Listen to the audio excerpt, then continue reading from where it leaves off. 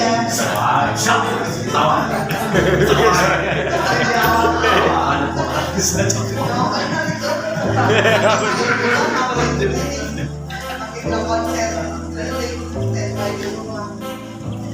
baik,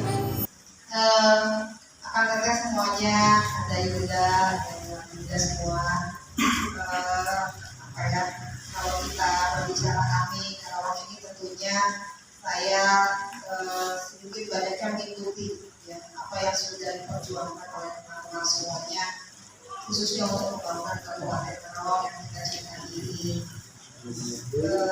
Banyak sekali permasalahan yang sampai saat ini saya melihat bahwa belum ada solusinya ya, di tengah keadaan kita yang besar, APBD kita yang besar, namun yang sekali di dalam masih banyak yang belum mampu diselesaikan oleh pemerintah kita.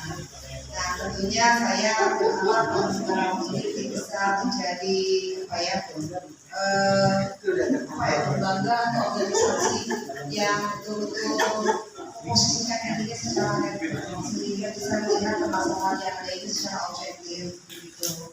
Ketika di mana pemerintah kita berjalan tidak on the track, nah saya berharap mudah-mudahan Kanda Yuda ini bisa menjadi motor penggerak agar mengingatkan bahwa pemerintah kita ini jangan sampai mengambil kebijakan atau keputusan yang sekiranya akan merugikan masyarakat kita.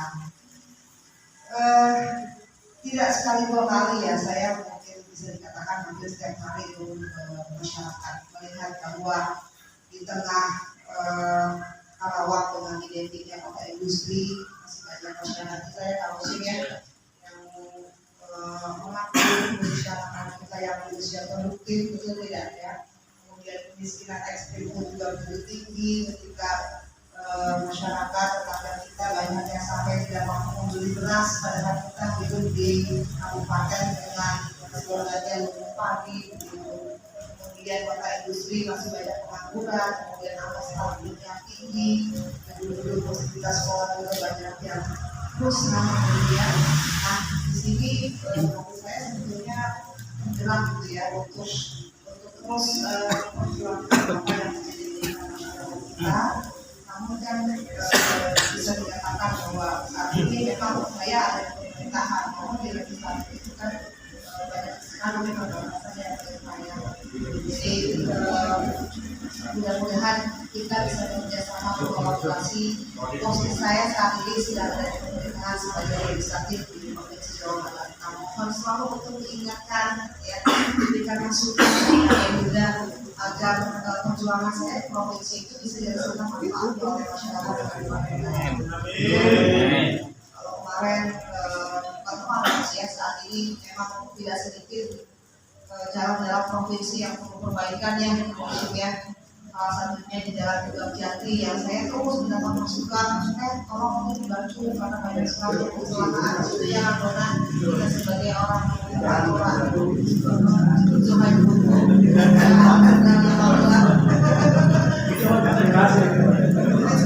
itu mah kuatan ya.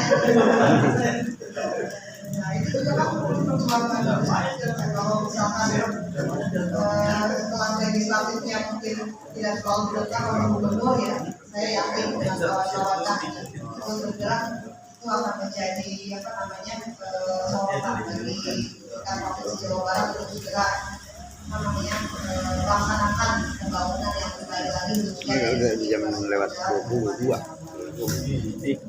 Jadi saya yakin teman-teman kami Karawang ada Yuda ini juga kalau dibilang pengalaman mas sudah jauh di atas saya, apalagi urusan pergerakan yang mengojek ya. Jadi saya harus selalu diingatkan, harus selalu diberikan masukan. Ya gitu. Jangan sampai saya pun juga lalai mendapat amanah dari masyarakat Karawang. Itu dia tuh. Iya, dia kan sama caleg kita nih. Saya mau sangat tergila. Nanti kita sama-sama mendoakan ya, para caleg dari kami agar bisa terpilih nanti. Amin. Ada doa khusus nanti sama kami. Itu Ya kurang lebih seperti itu sih sambutan apa ya ngobrol-ngobrol singkat dari saya. Kalau diskusi mah kayaknya terlalu kaku gitu ya. Kalau misalkan kita masih punya waktu, boleh nanti diisi dialog-dialog yang lebih aktif lagi ya. Kita dialog dua arah, diskusi dua arah sambil menunggu azan maghrib berkumandang begitu ya. 10 menit lagi. Itu aja maksudnya. Saya udah bilang nanti saya nggak bisa ngomong macam langsung poin aja. Jadi kalau lihat sebelumnya diskusi bareng Teh Gina sama Kang Dona, waduh, saya lebih baik mendengarkan Kang Dona tausiah daripada saya harus ngomong banyak di sini.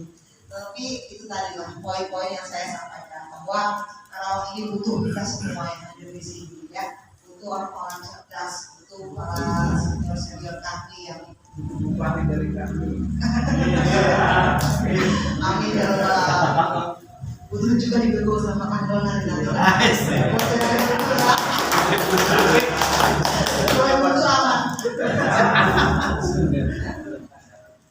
Oh iya.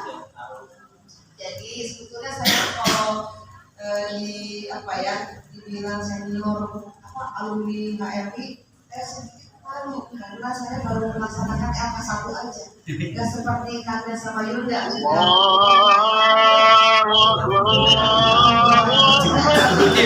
Itu udah purna.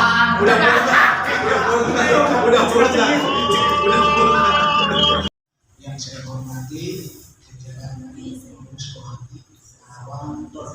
Kohati Karawang, juga rekan-rekan yang alhamdulillah hari ini hadir di acara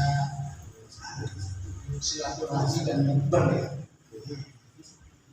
Saya kebagian di awal, tapi lebih baik di awal karena kalau di akhir saya cuma dikasih 10 menit.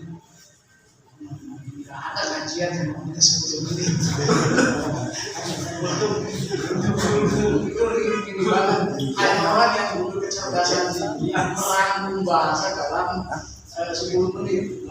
Itu butuh kecerdasan. Makanya saya tidak siap kalau 10 menit karena membutuhkan kecerdasan.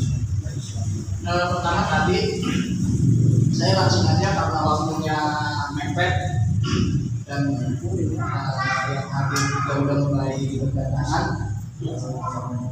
Saya hanya ingin satu kebiasaan saya dalam beberapa misi materi itu lebih pada aspek metodologis. Tidak bisa saya bicara tentang aspek spirit, moralitas atau aspek-aspek sosial. Kebanyakan semuanya yang saya berikan teman-teman pengajian semuanya pada aspek karena kelemahan kita itu metodologi yang kuat. Ketika bicara agama, bicara puasa itu harus bicara tentang metodologi. Mengenai metodologi itu yang paling penting.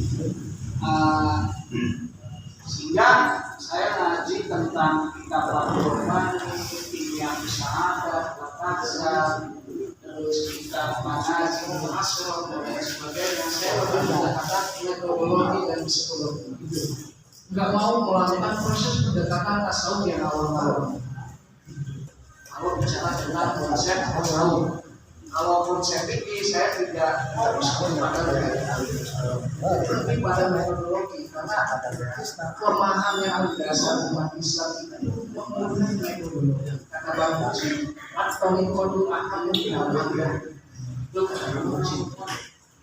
Ingat saya kata-kata beliau langsung saya rekam. Tak perlu saya baca bukunya langsung rekam ke memori. Karena di pikiran kita itu ada memori, di sel tubuh itu ada memori. Ini kaitannya nanti dengan puasa. Karena ini bicara tentang puasa, maka saya ingin mengurai tentang metodologi puasa, tapi lebih pada budaya. Kata Syekh Abdul Qadir Jailani, pintu tangga untuk memasuki wilayah pencerahan satu nafdul khabir wa nafdul hawa. Nafdul khabir itu adalah pikiran, lintasan-lintasan pikiran. Kalau al-hawa itu beda dengan anapes. Kalau anapes itu masih umum, bisa dispesifikkan dalam Al-Quran ada tujuan, an-nafsu sawiyah, an-nafsu mutmainnah. Tapi kalau al-hawa, kalau terminologi bahasa kita, hawa nafsu ini sering sama, ada beda. Akal bahasanya beda, metodologi analisanya beda, dan tumbuhnya pun beda, munculnya beda dalam diri kita. Kalau al-hawa dari kata yang artinya menjauh. Kenapa ini konotasinya pada wilayah diri? Karena al-hawa itu as-sahwat yang dibangkitkan karena faktor luar. Contoh, anak kecil itu pengen makan, itu udah naluriah, itu syahwat naluriah. Tapi kalau orang dewasa pengen makan, itu pun naluriah. Tapi kalau makannya sampai 7 piring, itu kata itu baru masuk al-hawa. Saya pengen berhubungan intim dengan istri saya, itu asyahwat naluri yang tidak Allah bangga. Tapi kalau kemudian saya pengen lagi sama pasangan yang tidak sah, itu al-hawa. Itu al-hawa. Jadi al-hawa itu adalah memori atau energi atau syahwat yang dibangkitkan dengan faktor atau ada stimulus dorongan ritual. Itu al-hawa. Contoh, saya buka IG, pas di IG itu ada perempuan cantik, tingginya 172 dan badannya besar. Kemudian yang tadinya cakra seksualitas saya cuma bangkitnya 10, gara-gara lihat perempuan cantik menjadi 90%. Itulah al-hawa. Jadi jangan disamakan. Menahan nafsa adil hawa itu an-nafs dengan al-hawa itu beda. Contoh, saya biasa-biasa aja dalam konsep kepemilikan. Pas aku punya mobil Fortuner, ujuk-ujuk syahwat saya, hormon adrenalin saya tumbuh. Pengen juga Fortuner. Nah, itulah al-hawa. Jadi al-hawa itu adalah syahwat yang dibangkitkan, yang muncul karena ada stimulus luar. Itu al-hawa. Nah, maka dalam diri kita, dalam tubuh kita, 1 itu ada tubuh, 2 ada pikiran, 3 ada emosi, 4 ada rasa. Pikiran itu untuk menganalisa. Kalau perasaan itu sangat dipengaruhi oleh hormonal. Contoh, ketika saya gembira, maka hormon yang bekerja itu adalah hormon serotonin, beta endorfin, dan oksitosin. Itu hormon-hormon. Gitu. Nah, kalau hormon seksualitas, misalkan itu performon, hormon phenylethylamine dan norepinephrine, itu hormon seksualitas atau bahasa lainnya hormon asmara.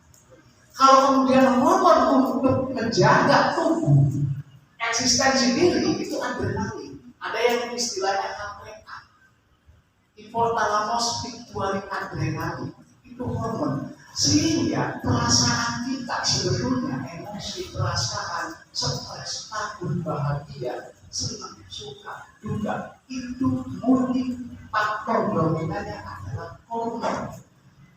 Hormon itu adalah tubuh kita. Nah, nanti ingin saya tarik pada wilayah puasa. Saya ingin tarik pada wilayah siang, bukan saumnya. Siang, kalau saum dalam surat Maryam itu puasa bisu. Kalau siang baru puasa Ramadan.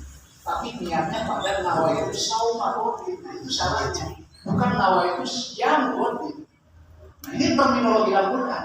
Kalau terminologi Al-Quran tidak mungkin salah. Ketika saum itu Siti Maryam, puasanya Siti Maryam dengan Zakaria, puasa bisu. Kalau siang baru puasa Ramadan. Yang mati bukan. Itu terminologi Al-Quran. Paham ya Pak? Pikiran sama. Pikiran itu dipengaruhi oleh ruang dan waktu, oleh tubuh kita. Coba saya menganalisa, kok ini lambat, kok ini. Itu karena persoalan jarak. Kemudian pikiran saya mengafirmasi, membuat legitimasi, membuat label. Ternyata enggak disiplin. Itu pikiran. Ketika bicara konsep waktu, kemudian ada yang datang, berarti ruang dan waktu, berarti analisa. Itu pikiran. Nah, perasaan itu karena hormon. Itu. Nah, makanya kenapa kemudian dalam konsep puasa, dalam agama Samawi, agama Semitik, juga agama Sanskrit, itu mengurangi makan, mengurangi stimulus asupan nutrisi di dalam tubuh kita. Satu, karena di dalam tubuh kita itu terdapat hormon-hormon yang akan mempengaruhi emosi-emosi dan perasaan kita. Dua, di dalam nutrisi makanan itu juga akan mempengaruhi gaya pikir kita. Contoh, emosi dan pikiran akan timbul ketika dipengaruhi oleh stimulus makanan. Ini saya lagi menjelaskan konsep al-hawa. Lagi-lagi saya lebih enak bicara tentang metodologi. Saya biasa merokok, habis makan tidak ada rokok. Cek energinya seperti apa. Ada rasa gelisah enggak? Ada rasa gelisah. Yang biasa merokok pas makan, kopinya ada, rokoknya enggak ada. Bagi yang biasa merokok itu ada kegelisahan. Berarti ada unsur kimiawi dan hormon adrenalin yang bekerja di dalam tubuh saya sehingga menimbulkan perasaan. Orang Jawa menyebut perasaan itu sadulur matinya, yang disebut konsep dulur 8 kali 4 jam. Dia mengira kalau masih orang-orang karena keturunan Garut dari selatan, nah, sadulur 4 kali 4 jam dalam konsep energi bisa kita jelaskan. Nah, seperti itu. Jadi ada energi kegelisahan. Contoh, saya biasa pakai jam, kemudian jam saya hilang. Ada kegelisahan. Nah, kegelisahan itulah yang disebut energi kegelisahan. Yang disebabkan apa? Disebabkan oleh perasaan saya, emosi saya dalam menjaga eksistensi tubuh saya. Yang dipengaruhi oleh hormon yang disebut hormon adrenalin dan hormon histamin. Makanya sebetulnya yang membuat jarak antara kita dengan Tuhan cuma dua. Kalau menurut saya, pikiran dan perasaan, pikiran dan emosi, itulah yang membuat jarak. Kenapa orang-orang Jawa, orang Sunda, para leluhur kita diwajibkan puasa rutin? Karena puasa rutin itu akan merotokkan, akan menormalkan aktivitas hormon-hormon yang bekerja di susunan saraf kita dan yang bekerja di jantung kita. Itu puasa rutin. Makanya kalau teman-teman menjalankan puasa rutin, efeknya delusi dan ilusi pikiran itu akan menghilang. Itu puasa rutin. Nah, itulah yang menyebabkan jarak antara kita dengan Tuhan kita adalah perasaan dan pikiran.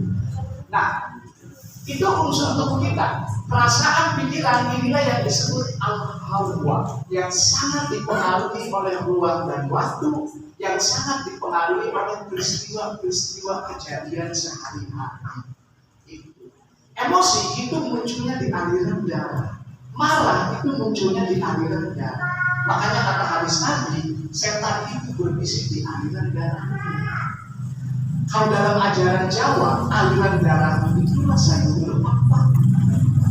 Yaitu akan kawah hati-hati, pusat dan gerti. Nah, darah ini yang sering marah, yang nanti akan bekerja sama dengan hormon-hormon sehingga membentuk karakter. Nah, karakter inilah yang sangat dipengaruhi oleh tubuh, ruang, dan waktu serta peristiwa. Maka sebetulnya puasa itu adalah ingin melampaui tubuh kita. Puasa ini mengajak kita melampaui tubuh kita, pikiran kita, perasaan kita, hormon dan sel-sel tubuh kita. Sebetulnya ajaran puasa ke wilayah itu. Untuk apa? Untuk membangkitkan yang namanya rasa sejati atau al-afidah atau asil atau bahasanya. Makanya dalam konsep agama yang namanya puasa itu adalah rukun suluk, rukun torikoh, rukun orang untuk menjajaki perjalanan rohani. 1 puasa, 2 bisu, 3 menepi, 4 zikir, dan 5 adalah tidak banyak beraktivitas atau berinteraksi dengan manusia. Itu adalah ketika kita ingin menggodok rohani kita. Karena apa? Ketika orang berpuasa, stimulus, hormon, membran sel itu diistirahatkan sementara waktu. Membran sel kita yang menangkap getaran-getaran dari luar sementara diistirahatkan dulu. Kemudian ketika malamnya berzikir, sholat rawih, baca Al-Quran, membran sel itu aktif karena getaran zikir dan bacaan Al-Quran. Maka jangan aneh kalau lagi zikir, lagi puasa, ada terasa panas. Lagi zikir, kok dingin ya? Kok panas? Itu bukan paru-paru, bukan lumpur, bukan jin. Itu membran sel dengan getaran zikir itu lagi direstrukturisasi. Supaya apa? Supaya menormalkan semua hambatan-hambatan yang muncul di sel kita, di DNA kita, dan di gen-gen kita. Karena kalau tubuh kita tidak diperbaiki, tidak mungkin kita mencapai pencerahan. Nggak mungkin kita mencapai kemarifatan kalau tubuh kita bermasalah. Bayangkan, kalau kita makan, misalkan barang-barang yang tidak ditolerir oleh agama, sulit untuk mencapai derajat ketakwaan. Kalau kita minum minuman keras, sulit kita mencapai derajat ketakwaan. Karena definisi takwa itu dari kata wikoa, artinya apa? Hati-hati, siaga, api, rapi. Itu yang namanya takwa. Jadi kalau puasa tujuannya membangun sikap ketakwaan, itu maknanya rapi, api, siaga, hati-hati dalam mengelola tubuh, mengelola perasaan, mengelola batin, dan mengelola perilaku. Itulah yang disebut takwa. Makanya la'allakum tattaqun itu pisaunya, toolsnya adalah puasa salah satunya. Nah, karena tubuh ini tidak sementara diistirahatkan, akhirnya metabolisme itu berjalan dengan baik. Membran sel menangkap getaran zikir itu dengan normal. Makanya kalau puasa jangan balas dendam ketika menjelang maghrib. Percuma membran sel kita tidak akan pernah aktif dan normal dalam menangkap getaran-getaran zikir. Orang zikir, rasa panas dan dingin itu adalah DNA-mu, sel-sel tubuh dan membran sel itu lagi restrukturisasi. Makanya kenapa ada puasa, ada karet, ada teratus. Maksudnya begitu metodologinya. Siangnya mengistirahatkan sel tubuh, DNA dan membran sel, malamnya membangun getaran-getaran zikir. Karena setiap zikir ayat Quran itu ada bilangannya, ada getarannya. Kita ini tidak pernah menggunakan khazanah itu. Contoh, ya waktu itu 129 kali. Kalau dipilih artinya getaran vibrasi tersebut frekuensinya seperti itu. Ya wajah tidak bilang getarannya seperti itu. Supaya apa? Supaya ditangkap oleh vibrasi. Ketika membran sel normal, DNA kita normal, sel-sel tubuh kemudian menjadi baik, maka akan terjadi yang namanya kebangkitan spiritual. Nah, apa yang bangkit dalam berpuasa? Sensitivitas rasa. Apa yang disebut nafsu bermakna, atau yang disebut rasa sejati, atau sukma sayati, kalau menurut Sunan Kalijaga. Itu kalau dalam bahasa Al-Quran nafsu. Karena ketika berpuasa ada tools, ada alat yang menjembatani antara dunia dimensi fisik dengan fisik, yaitu kelenjar spinal gland. Kelenjar spinal gland itu ada di jantung kita dan ada di tubuh yang nanti akan menghasilkan satu hormon metalonik dan 2 hormon linonik. Metalonik itu untuk menetapkan, membuang sampah-sampah yang ada di sel tubuh. Ketika sampah-sampahnya sudah dibuang, dengan zikir dan puasa, maka yang terjadi nyaman, tenang, damai. Maka jangan aneh kalau orang lagi zikir pada ngantuk, ujung-ujung tidur plus, karena hormon metalonin yang aktif, yang menetralisir, yang keluar dari jantung dan tubuh itu merestrukturisasi semua sel-sel tubuh kita sehingga nyaman dan damai. Nah, kedua, ada yang namanya hormon pinolin yang hanya aktif di malam hari. Kenapa? Sholat tarawih, tadarus, zikir, tahajud harus malam hari. Kenapa Nabi mengajarkan kalau tidur itu istrinya dimandiin? Karena ada hormon pinolin itu yang hanya aktif di malam hari. Kenapa pada kapan dibuat, Muhammad dibuat, Musa dibuat, di tempat-tempat luar ada yang dimakan dan lain sebagainya. Itu dalam rangka membangkitkan hormon pinolin. Orang dulu untuk membangkitkan pinolin sampai puasa mati geni, sampai puasa ngebleng tidak ada cahaya. Kalau kita udah yang kayak gitu lakukan, cukup sholat tarawih 23 rakaat konsisten khusyuk dan akhirnya baca Quran dan tahajud. Versi ringan-ringan aja, nggak perlu berat kayak melulu. Itu dihasilkan oleh kelenjar sekitar kita. Hormon pinolin inilah yang berfungsi untuk menerjemahkan gelombang-gelombang elektromagnetik yang muncul dari jantung hidup, yang disebut nanti ketika terjemahkan dengan hormon hidup, kita mendapatkan ilham, kita mendapatkan inspirasi. Karena dari hormon itu bersentuhan dengan gelombang elektromagnetik, kemudian asal energi ini yang tercipta, terjemahannya di energi ini yang disebut pada bahasa ini cakra ajnata. Ini untuk menerjemahkan pikiran kita, untuk mentransmitter.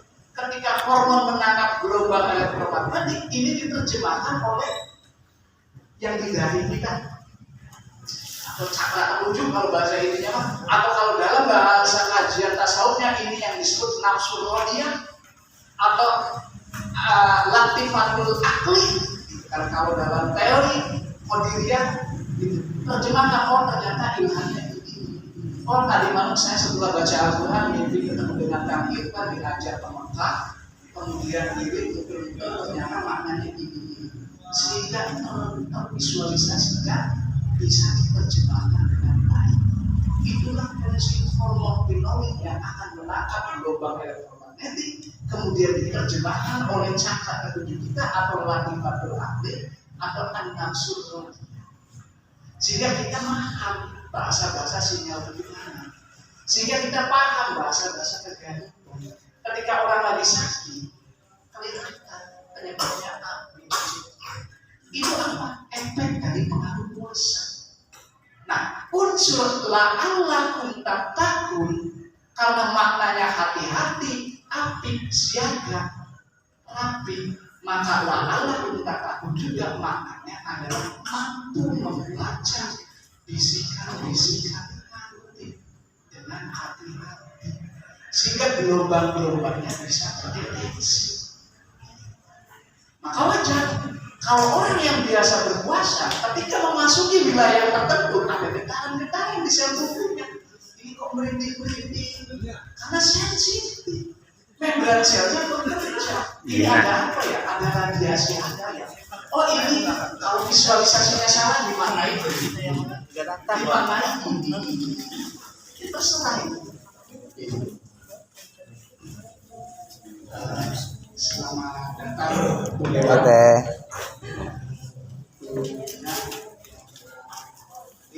Ada si Taufik.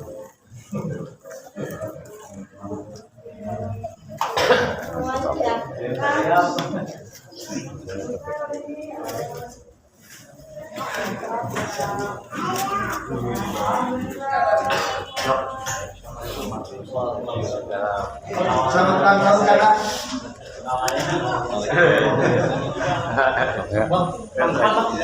Depan lagi. Sekalian Kasabura. Video sebelumnya Pak Hidayat yang ulang tahun.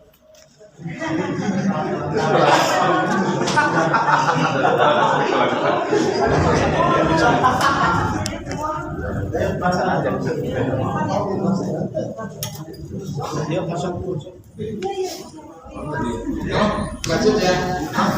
Karena Kurang yang lainnya enggak, itu masih opik kok yang lalu, masih opik mana banget, opik radar ya yang mana itu tadi apa? Beliau alumni juga, alumni dari Bandung. Alhamdulillah dia berhadir. Baik, mungkin saya tidak akan berlama-lama. Saya simpulkan satu, sebetulnya metodologi puasa itu adanya di sini. Jadi nanti di penghujungnya orang yang berpuasa itu adalah orang yang memiliki sensitivitas hati, yang mampu membaca getaran-getaran energi, yang mampu membaca getaran-getaran sinyal-sinyal ketuhanan dan kehidupan. Nah, cara kerjanya seperti itu. Kenapa? Mengurangi asupan makanan, stimulus nutrisi di dalam sel-sel tubuh, begitulah cara kerjanya. Makanya Islam itu sangat menghargai siangnya puasa, malamnya tarawih dan zikir. Maksudnya itu semua sakral yang utuh. Dan yang nanti yang menghalangi jarak antara kita dengan Tuhan kita itu adalah perasaan dan pikiran kita yang sangat dipengaruhi oleh tubuh kita, hormon kita, oleh ruang dan waktu kita. Puasa itu adalah mengajak kita untuk menembus ruang dan waktu melalui tubuh dengan cara apa?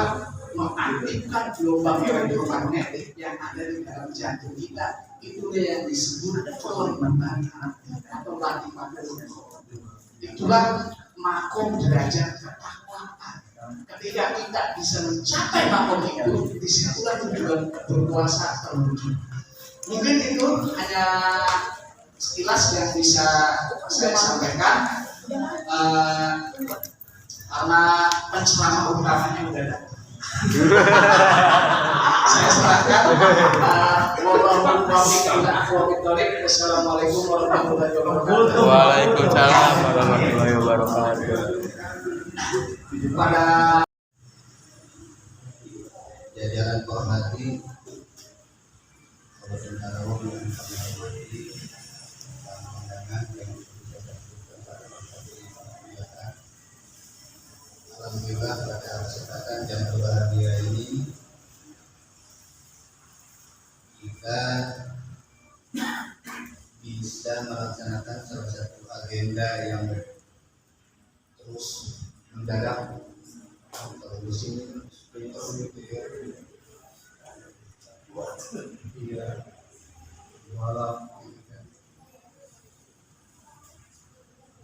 dengan tajuk mengawal silaturahmi dan meneguhkan kebersamaan. Selain dalam berkah atau dunia zona itu, kita Ramadan ini mudah-mudahan kita disebutkan dengan kegiatan-kegiatan yang bisa memberikan kebermanfaatan. Terima kasih kepada tim alat-alat panitia dadakan, terutama di sekretariat